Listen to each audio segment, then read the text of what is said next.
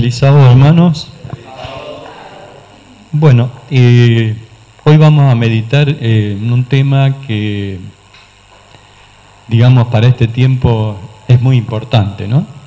Que sería el juicio, y le puse ese título, el juicio al Hijo de Dios y por ende el juicio a todos los hombres, ya que lo segundo es una consecuencia de lo primero.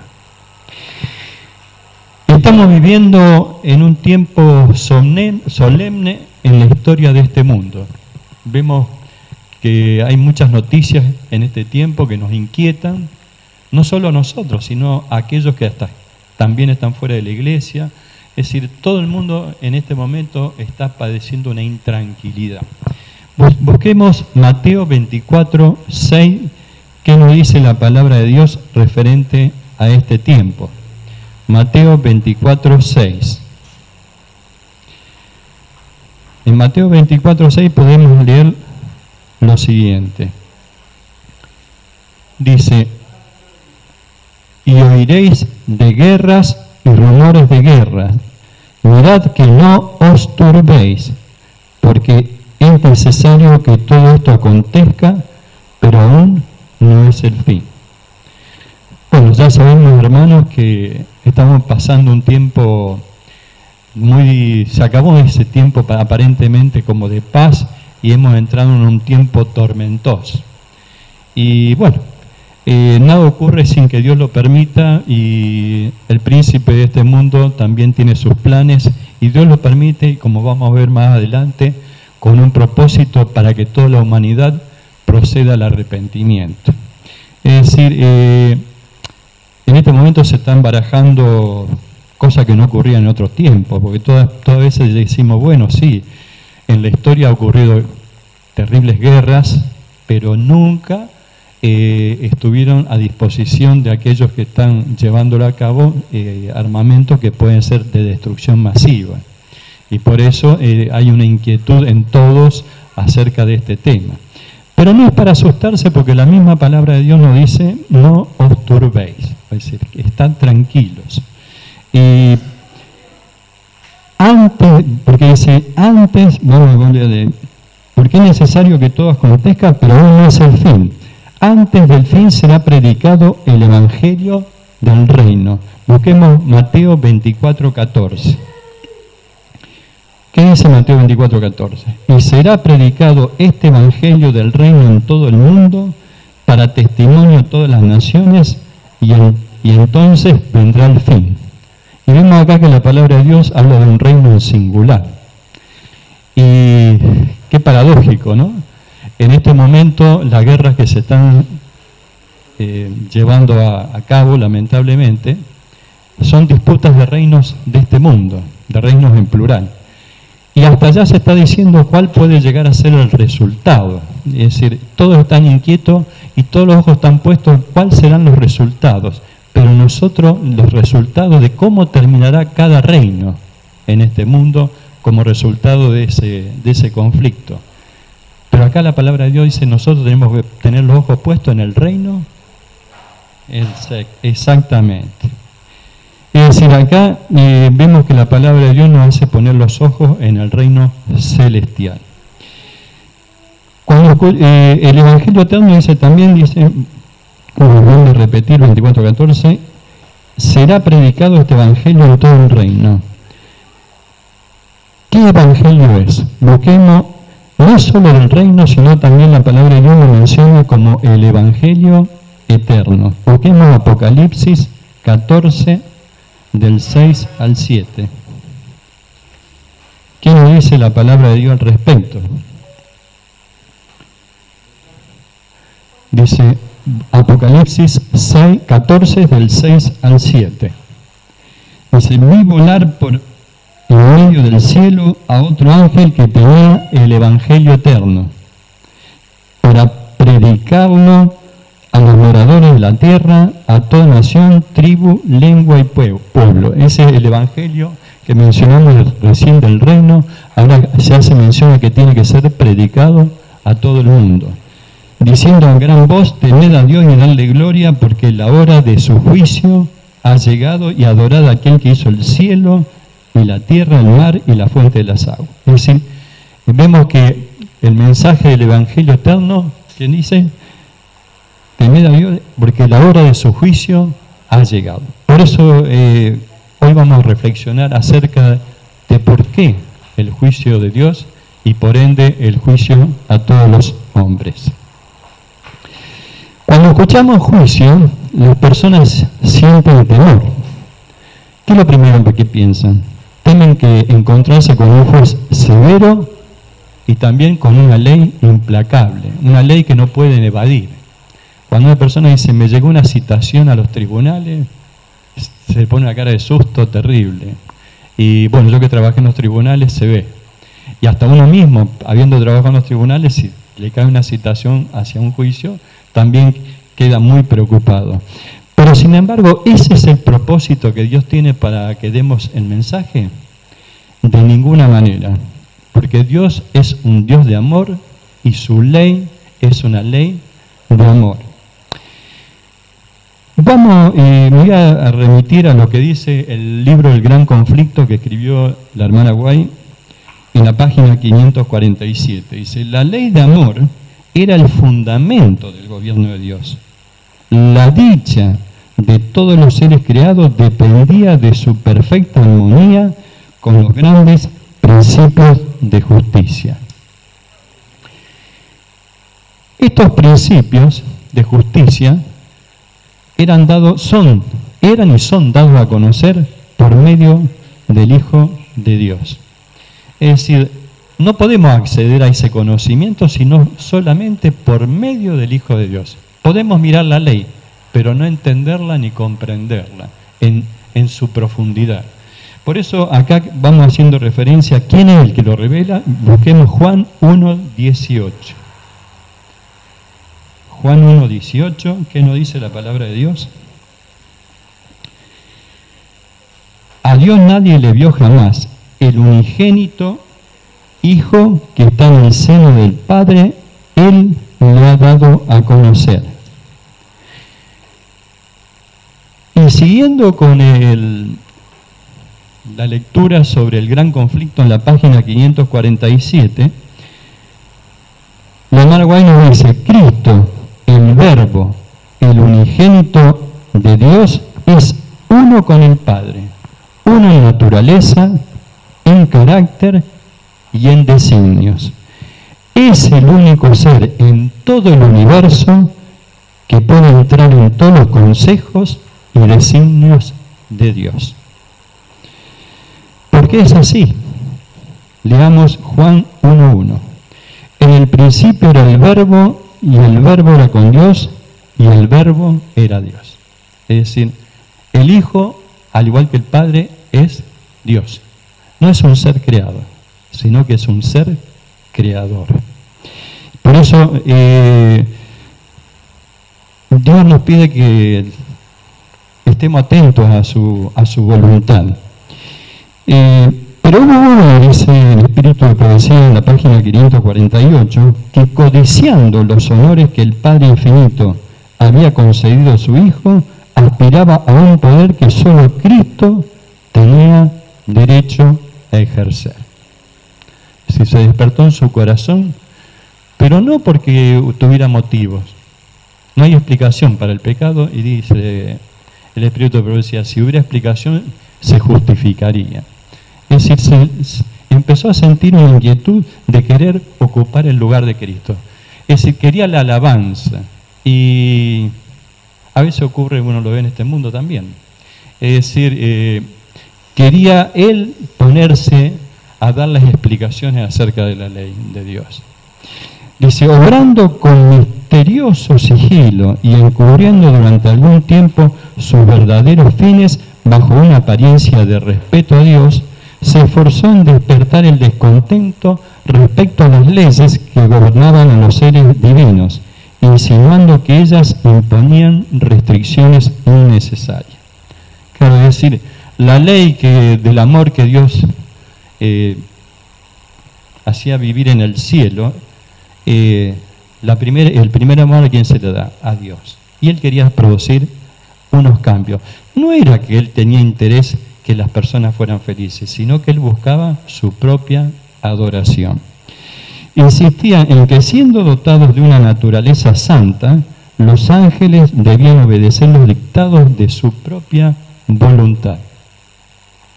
Esa rebeldía, pensar que se ve permanentemente en este mundo, ¿no? Es decir, yo sé, déjenme, es decir, esa rebeldía. Pero esa rebeldía originalmente fue puesta por Dios, no, de ninguna manera. No aceptando vivir bajo la ley de Dios, fue expulsado del cielo.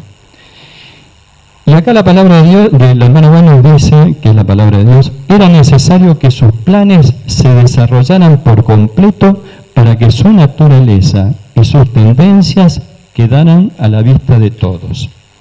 Ni aun los ángeles leales podían discernir plenamente su carácter ni ver a dónde conducía su obra. Hay un dicho popular que dice, quien mal hace, mal piensa, y quien bien hace, bien piensa. Es decir, los ángeles no podían entender ni comprender cuál era el propósito de Satanás.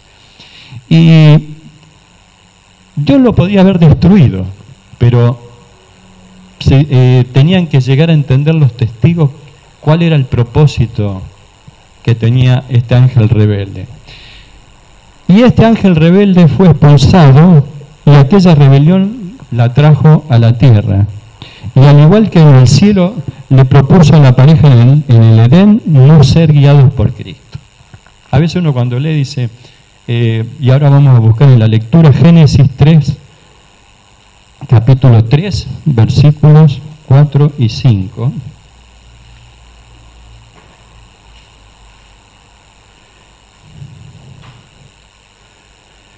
Capítulo 3, versículos 4 y 5. Dice, entonces la serpiente dijo a la mujer, no moriréis, sino que sabe Dios que el día que comáis de él serán abiertos vuestros ojos y seréis como Dios, sabiendo el bien y el mal.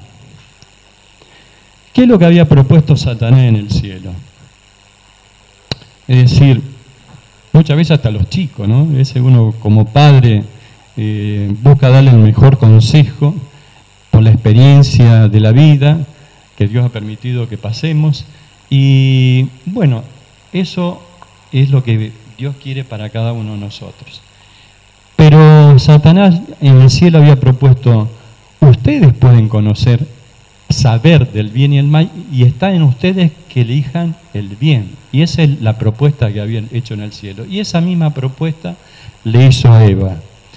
Es decir, acá decimos, ¿cómo cayó Eva? Eso es lo que le hizo a él. Es decir, van a disfrutar más aún, no aceptando que alguien te dirija en el camino del bien, sino que entre el bien y el mal que tú vas a conocer, vas a elegir el bien y va a tener mayor gozo en ti haber escogido el bien. ¿Fue una realidad eso? Para nada. Fue un engaño. Él lo alejó del Hijo de Dios poniéndole temor. Ya empezó a mostrar sus propósitos. Veamos Génesis 3 del 8 al 10.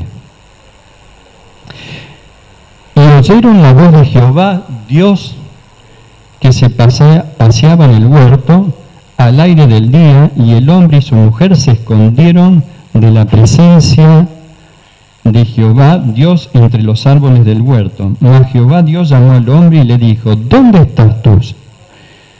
Y él respondió, oí tu voz en el huerto y tuve miedo porque estaba desnudo y me escondí. Es decir, el Hijo de Dios había ido a buscarlos para, como siempre, guiarlos en el camino del bien. Pero no solamente ya el consejo de no escucharlo a Cristo le era suficiente, sino que le puso temor para que ni siquiera se arrimaran a Él. Y en su gran amor, ya sabemos, Cristo lo buscó. Le había prometido, por eso la Biblia lo menciona, el gran engañador, le había prometido que iban a alcanzar alturas mayores a Adán y Eva, que iban a ser no felices, mucho más felices. Es decir, nadie lo iba a guiar. ¿Cuántas veces, y como experiencia propia, lo podemos vivir todo? A veces nuestros hijos dicen, déjame que yo lo experimente. Es decir, hasta uno ya lo vive como una lógica.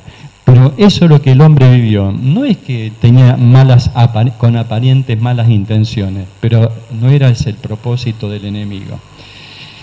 Con sus tentaciones hizo que el hombre conociese el mal. Aquel que le había prometido una vida de felicidad, le hizo conocer el mal.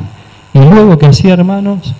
Lo acusaba, iba al cielo y lo acusaba a cada uno de los pecadores. Busquemos Zacarías 3:1. El gran engañador, Zacarías 3:1, si buscamos la palabra de Dios. Perdón.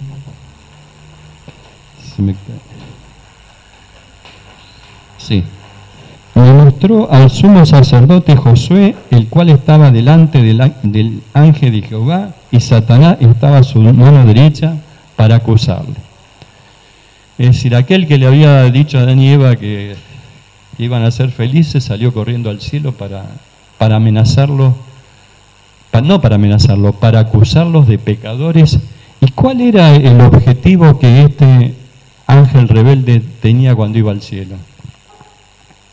Era ponerlo a Dios en una encrucijada. Me imagino. No está en la palabra de Dios, pero uno que ha trabajado en tribunales sabe cuáles son las respuestas lógicas. Debe morir, según tu consejo. La ley dice que debe morir. La palabra morir, nosotros la conocemos de esta manera, pero el Creador que hizo todo el universo y se rige bajo la ley del amor, aquel que no quiere vivir bajo la ley del amor, lamentablemente no hay otro mundo para vivir y tiene que dejar de existir. Entonces Satanás iba al cielo, no es que le decía debe morir, no puede permanecer en la creación, porque es un poco fuerte decir la palabra morir. Y la otra propuesta que tenía era, o se saca la ley, para que el hombre no muera. Y vemos que esas palabras tan terribles que pronunciaba el ángel rebelde con Dios, tenían un propósito. ¿Cuál era? Era que la ley fuese quitada y fuese él adorado en su lugar. Aseveraba que lo que él mismo quería era perfeccionar los estatutos de Jehová, ocupando el lugar de Dios, contaminó la ley con sus propias enseñanzas. Sí, luego de transcurridos los siglos, y vemos que en el cielo tuvo dos propósitos. Uno era, decía que si conocíamos el bien y el mal, teníamos suficiente santidad para elegir el camino del bien. Y la otra era que había que sacar la ley de Dios o reformarla. Habiendo cumplido su propósito en el Edén de lo primero, ¿qué hizo? Buscó reformar la ley de Dios. Sus dos propósitos en el cielo. Y sabemos que por medio de aquellos que tenían la custodia de la ley en la zona de Palestina, los maestros de la ley, los llevó por un camino diferente para interpretar la ley. Y él se puso como maestro de ellos, indudablemente. Es decir, por eso cuando vino Cristo no le conocían, tenían otro maestro. Siguiendo con el tema, dice la palabra de Dios, vamos, Hechos 1:7. ¿Qué dice la palabra en Hechos 1:7?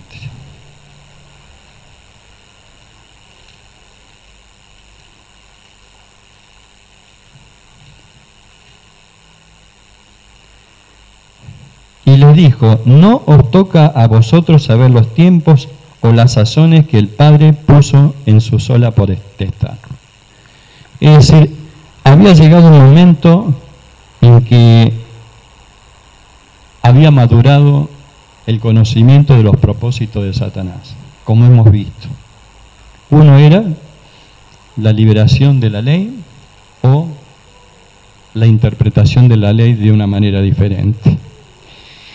Y para desenmascarar a Satanás en sus propósitos, busquemos Juan 12:31, que nos dice la palabra de Dios.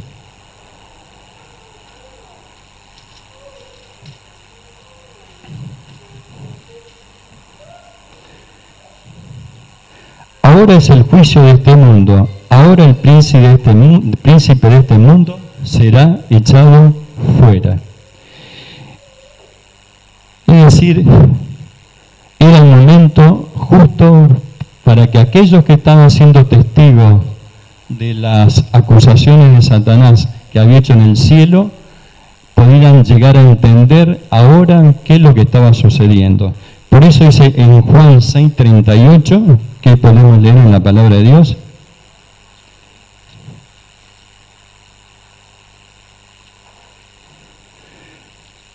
Porque he descendido del cielo no para hacer mi voluntad, sino la voluntad del que me envió. Exactamente.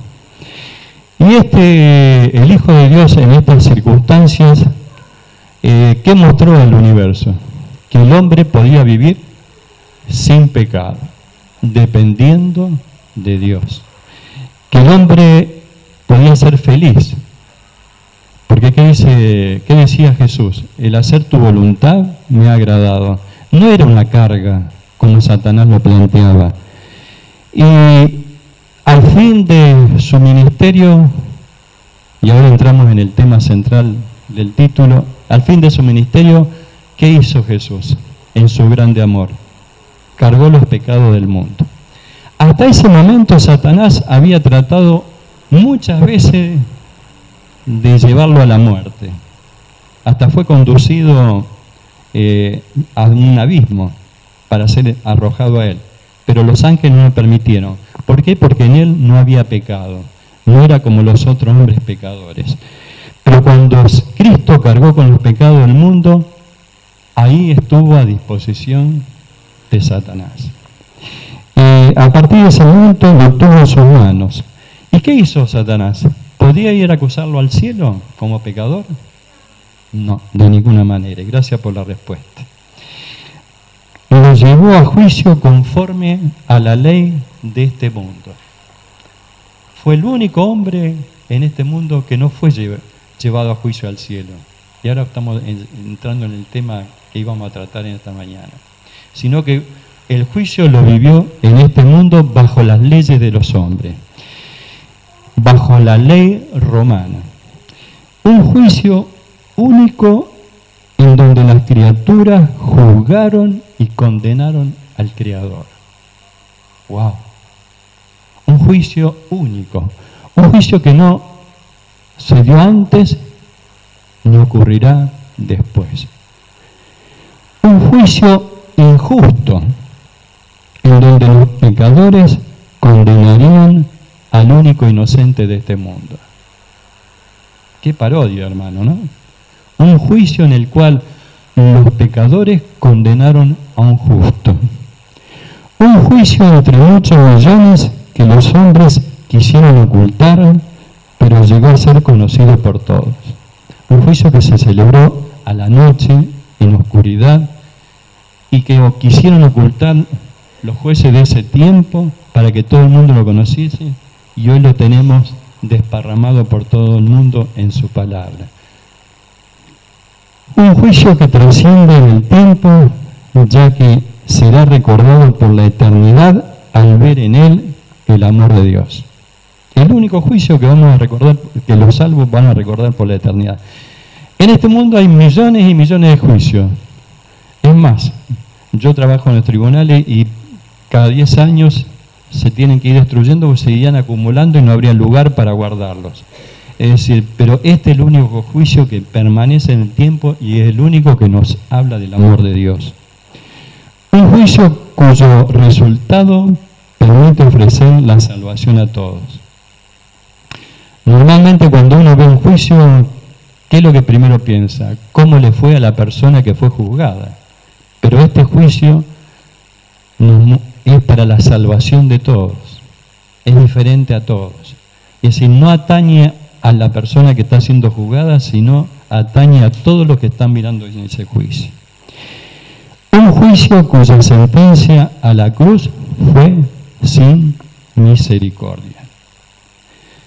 Es verdad. Dice que no hubo en este mundo forma más cruel de vivir una condenación que la cruz. Tanto así que a los pocos siglos fue erradicada y nunca más se volvió a usar. Por eso era una pena tan grave, era tan grave y dolorosa, porque tocaba en lo mental, en lo físico. Estaba hecho para provocar el mayor sufrimiento posible, pero tenía un objetivo. El objetivo era que nadie lo volviese a hacer lo que esa persona estaba cometiendo el delito. Satanás, que conoce las profecías, porque estaba cerca de Dios en el cielo, busquemos Ezequiel 28, del 2 al 3.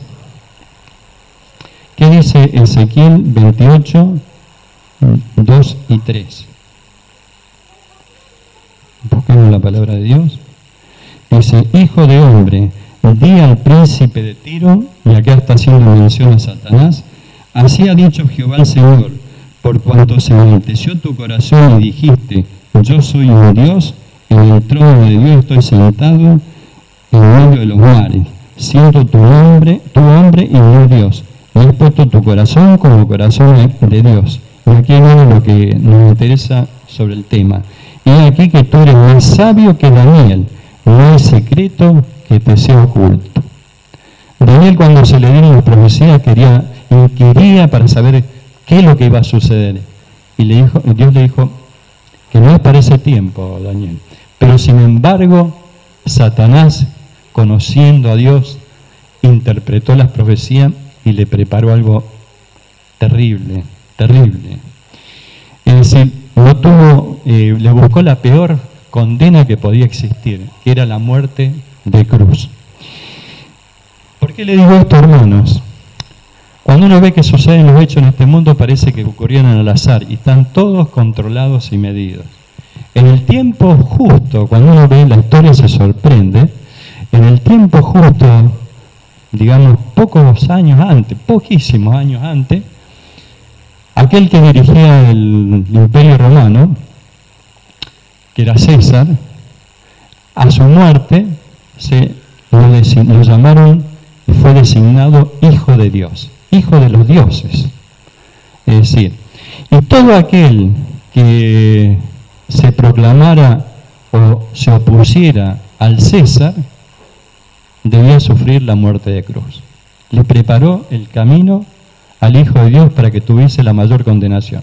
Por eso encontramos que en la palabra de Dios, para no sufrir la condenación por las leyes del César, nunca Cristo dijo, yo soy el Hijo de Dios. Siempre Él quiso morir sin pecado, cargando los pecados de la humanidad.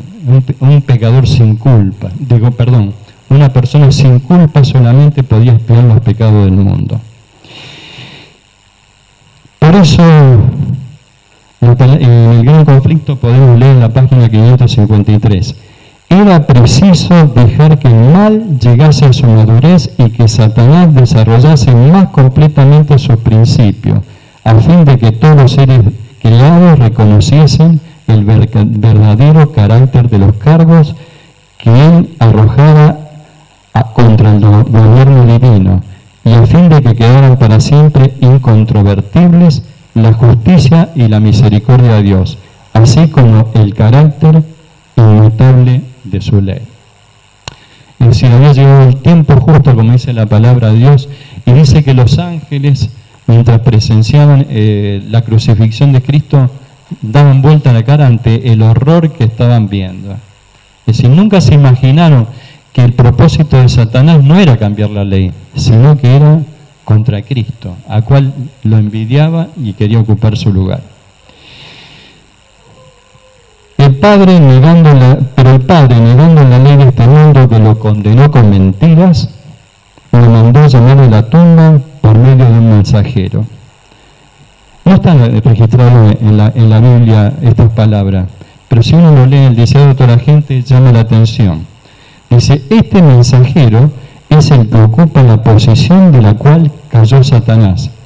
Los soldados lo ven para quitar la piedra como si fuese un guijarro y le oyen clamar, Hijo de Dios, sal fuera, tu Padre te llama. Es decir, los hombres lo habían condenado a muerte porque aceptó ser llamado Hijo de Dios. Era una mentira que él no era Hijo de Dios. Y lo condenaron a muerte. Por eso Dios Padre lo llama de esa manera. maravilloso, es decir, corroborando que ese juicio había sido injusto y con un propósito, que era quitarle la vida. Esta ascendió al cielo y le dio el Padre el juicio. Leamos Juan 5:22. ¿Qué dice la palabra de Dios en Juan 5:22? Busquemos. Perdón. Juan 5.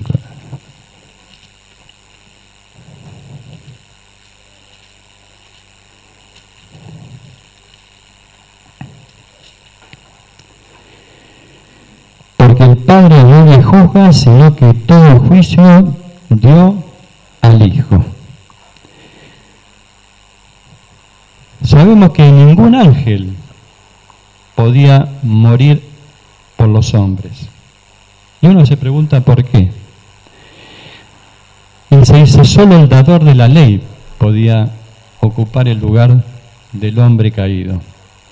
Solo el Hijo de Dios, el Creador, podía responder con misericordia a las acusaciones de Satanás. Durante 4000 años habían quedado pendientes en el cielo esas acusaciones.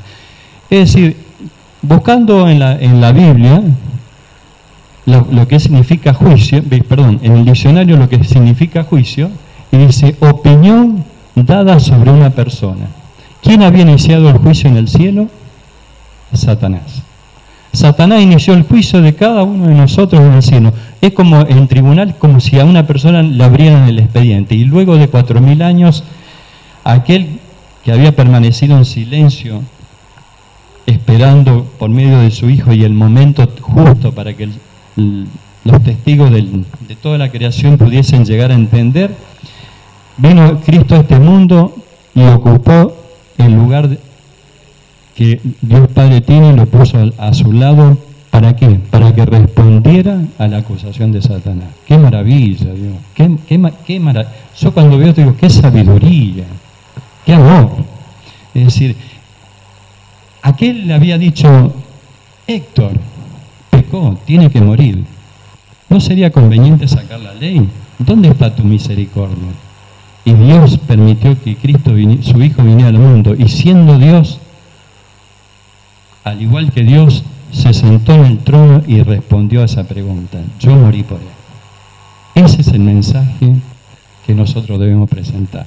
No un mensaje de juicio, de condenación, de temor, sino un mensaje de un Dios amoroso que nos invita al arrepentimiento, que nos invita a que volvamos a Él y sigamos guiados por Él.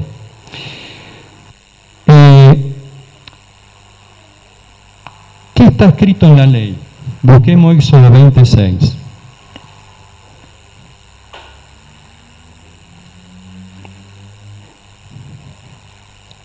Éxodo 26 dice, y hago misericordia a los que me aman y guardan mi mandamiento.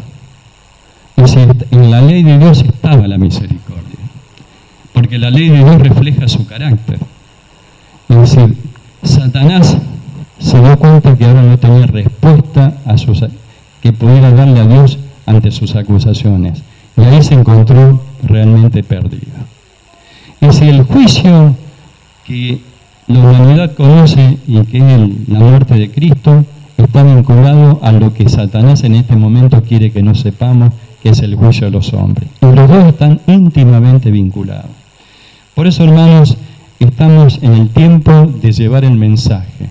¿El mensaje cuál es? La hora de su juicio ha llegado. Es decir, ¿por qué le tenemos que alertar a la gente? Y todo el mundo cuando escucha ese mensaje va a entender que es un Dios de amor. Jesús vino a este mundo y no pecó.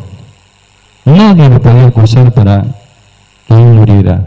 Pero al cargar los pecados tuyos y los míos, se entregó en la mano de Satanás.